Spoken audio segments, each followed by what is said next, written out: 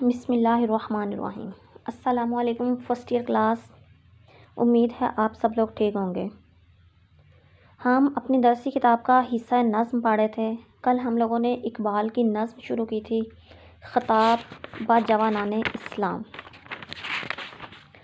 علامہ اقبال کے متعلق میں نے آپ کو پہلے بھی بتایا تھا، وہ کسی تعارف کے محتاج نہیں، شاعر مشرق، حکیم الامت، مفکر پاکستان۔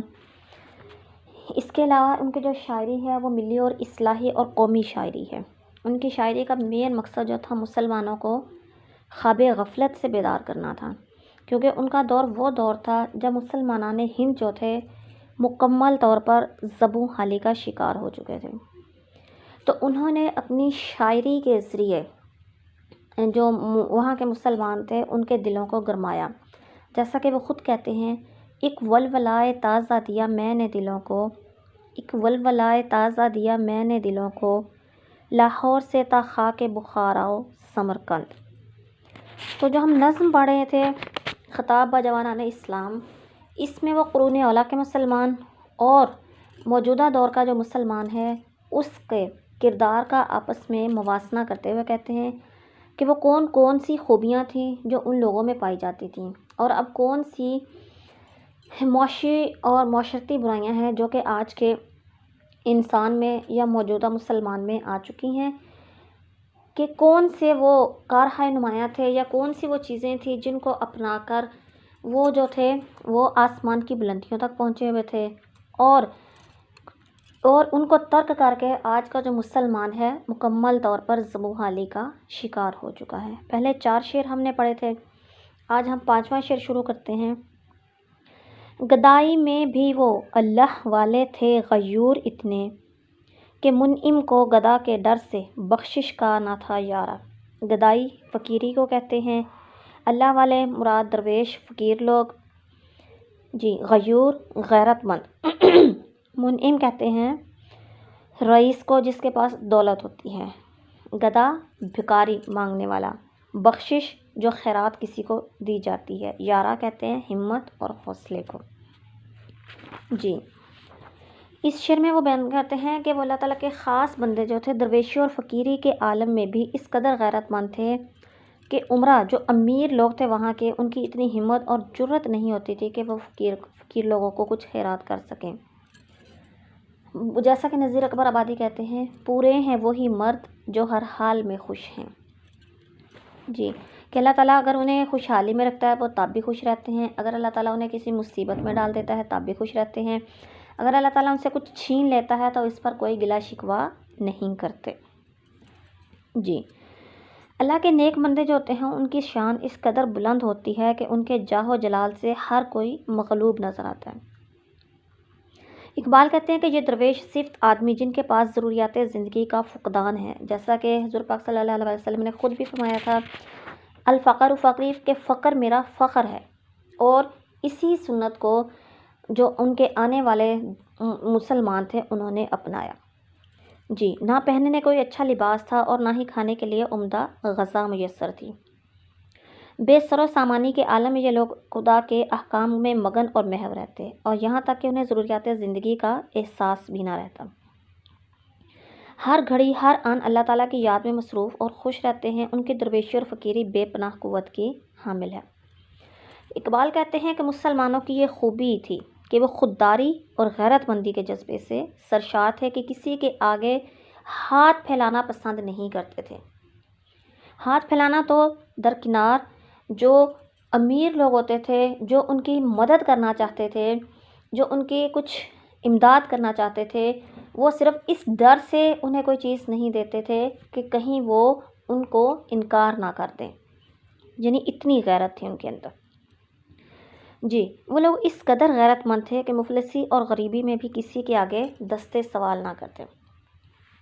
بڑے بڑے رئیس اور دولت مند لوگ جو تھے خوف زدہ رہتے، اور ان کے ڈر کی وجہ سے جرت نہ ہوتی تھی کہ کوئی چیز ان کو خیرات کر سکیں یا عطیے کے طور پر دے سکیں۔ بے سر و سامانی کے عالم میں ان کی عظمت اور شان جو تھی بلند تر تھی۔ ان مسلمانوں کو اللہ تعالیٰ کی ذات پر پورا بھروسہ تھا، کیونکہ انہیں پتہ تھا کہ اللہ تعالیٰ جسے چاہے بے حساب دیتا ہے۔ یہی وجہ تھی کہ دنیا ان کے نام سے لرز اٹھتی تھی، جس کونے میں بھی گئے وہاں کی ہر چیز ان کے تابع ہو گئی۔ اقبال خود ہی فرماتے ہیں، کوئی اندازہ کر سکتا ہے اس کے زور بازو کا، نگاہ مرد مومن سے بدل جاتی ہیں تقدیریں۔ جی، اس کے علاوہ اقبال ایک اور جگہ فرماتے ہیں، غیرت ہے بڑی چیز جہانے تگو دو میں، پہناتی ہے درویش کو تاج سرے دارا۔ امید ہے آپ کو اس شعر کی سمجھ آ گئی ہوگی۔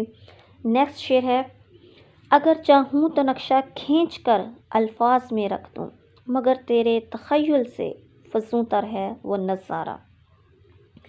بہت ہی اچھا شعر ہے، جیسا کہ میں نے پہلا شعر پڑھا تھا۔ جی، پہلا شعر ہم نے کیا پڑھا تھا؟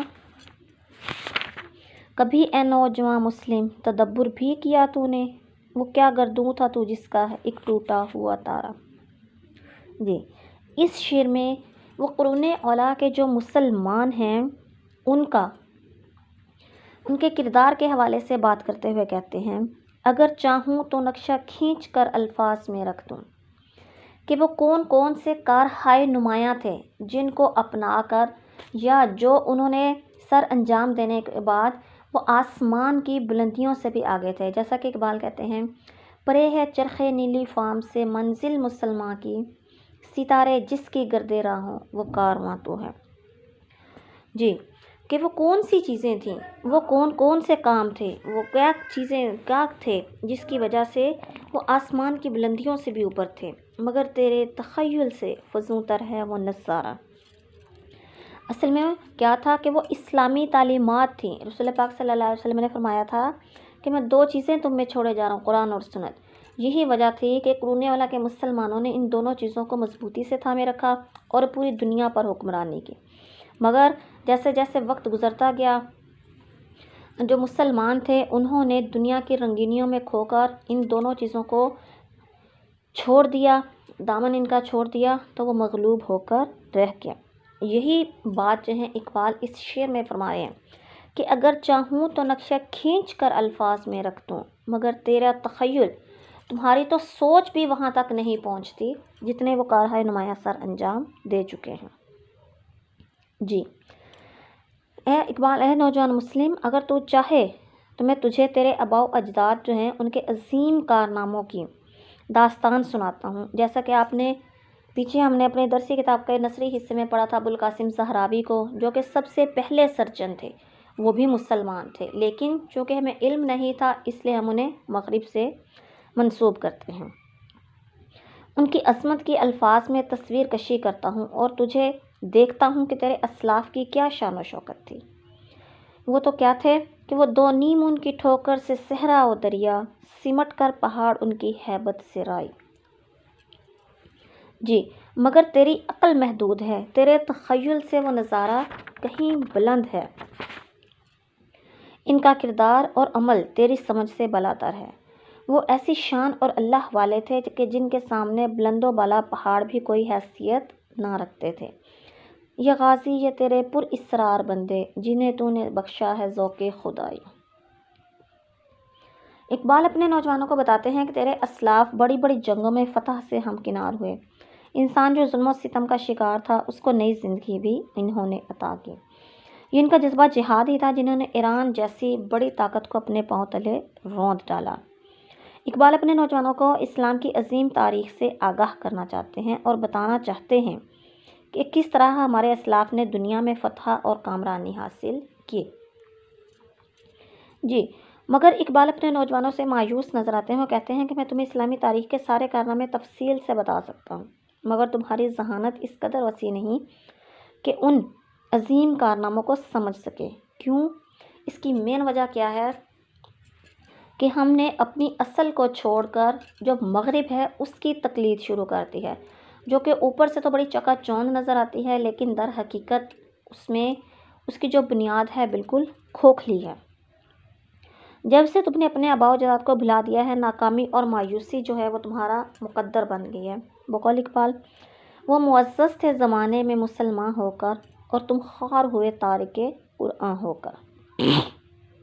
جی، نیکسٹ ہمارا شعر ہے، تجھے آباء سے اپنے کوئی نسبت ہو نہیں سکتی، کہ تو گفتار وہ کردار، تو ثابت وہ سیارہ۔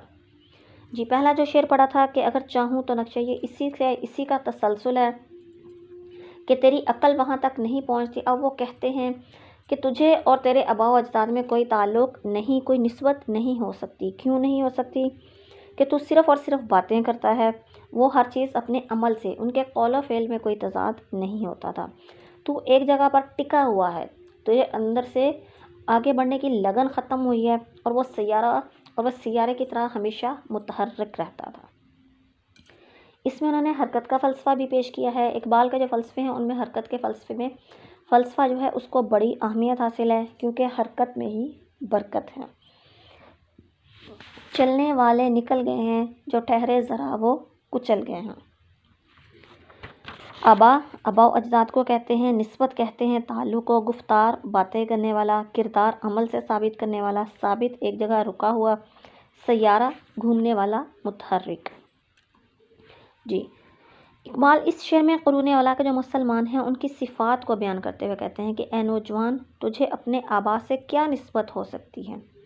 وہ عظیم صفات جو تیرے آباء و اجداد میں پائی جاتی تھیں، تیرا ان صفات کے ساتھ کوئی تعلق نہیں، تو یکسر فراموش کر چکا ہے۔ تیرے اسلاف کا کردار بلند تھا۔ بقول اقبال، ہر لحظہ ہے مومن کی نئی شان نئی آن، گفتار میں کردار میں اللہ کی برہان۔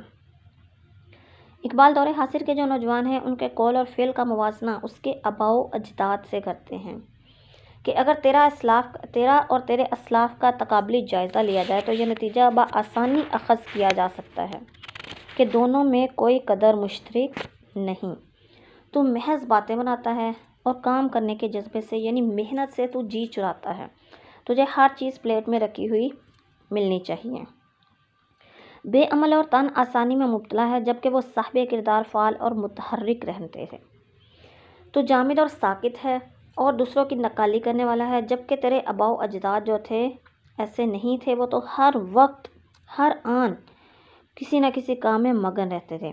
وہ مستقل مزاج اور ہمیشہ اپنی بات پر کاربند رہتے تھے۔ وہ کردار اور عمل جو تیرے آباء کا خاصہ سا، اس سے تیرا کوئی واسطہ اور تعلق نہیں ہے۔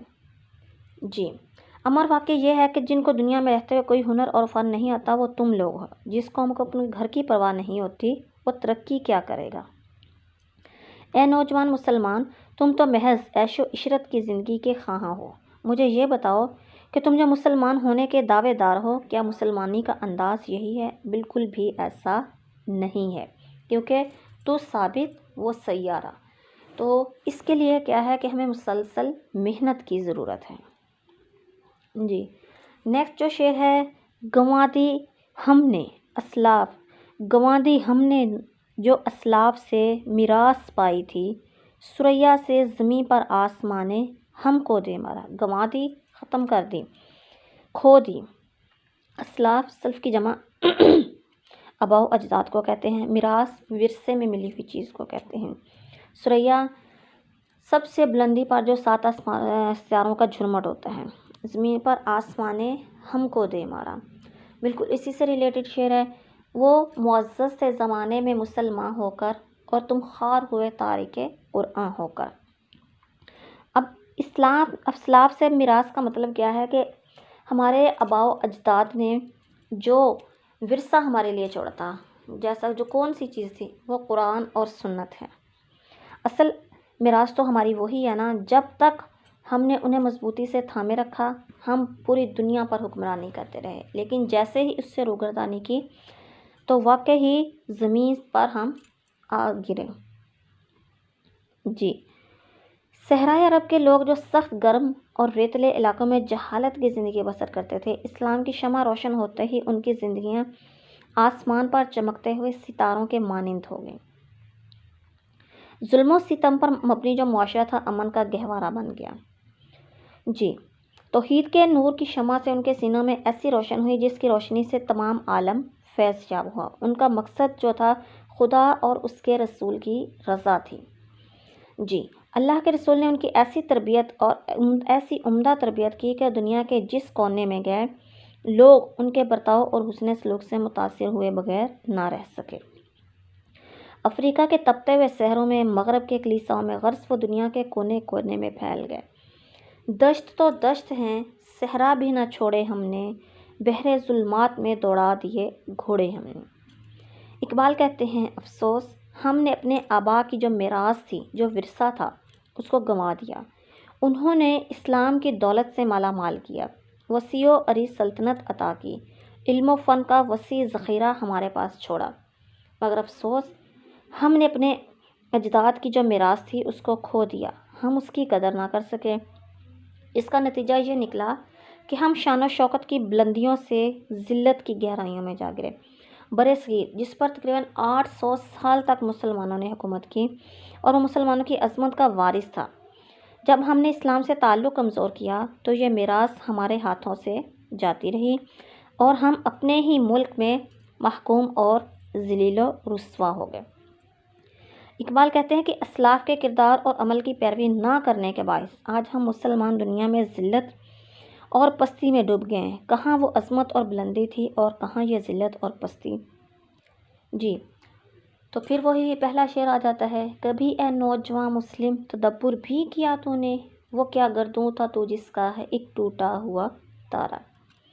جی فرسٹ ایئر کلاس آج کا ہمارا ٹاپک جو ہے یہیں پر ختم ہوتا ہے۔ انشاءاللہ جو اشعار رہ گئے ہیں وہ کل ہم کریں گے، تب تک کے لیے اللہ حافظ۔